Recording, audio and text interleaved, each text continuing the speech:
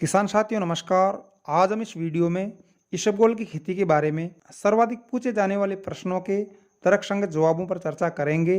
पहला प्रश्न, इसबगोल की खेती का वास्तविक समय क्या है? अगेती व पछेती बुआई का समय बताएं।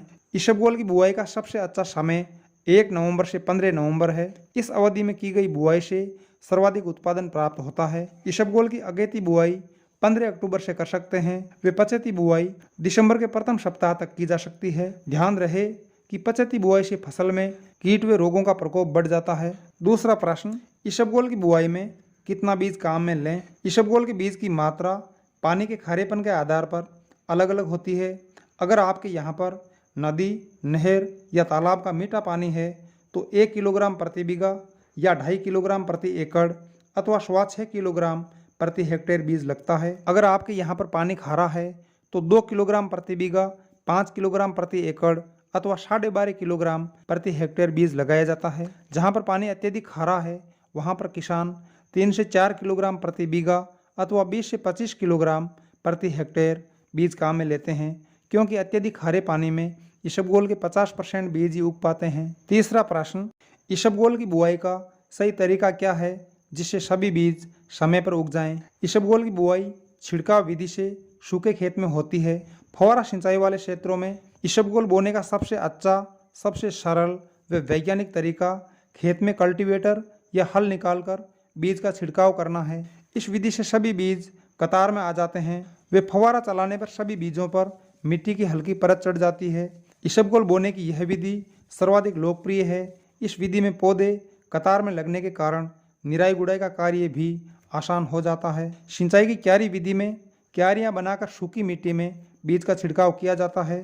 फिर लोहे की दंताली या जेली फेरकर बीज पर मिट्टी की परत चढ़ाई जाती है।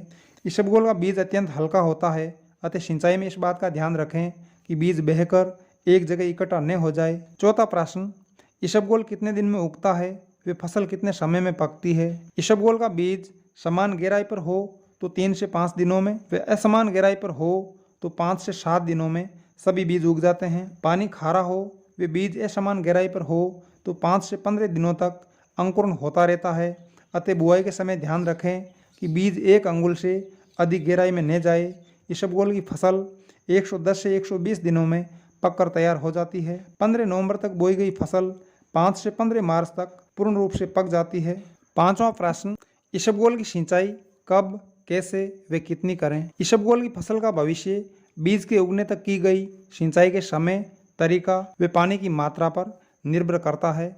इन 3 बिंदुओं का सार ये है कि बीज के अंकुरण तक मिट्टी सूखनी नहीं चाहिए। फव्वारा विधि में पहली सिंचाई बुआई के तुरंत बाद करें।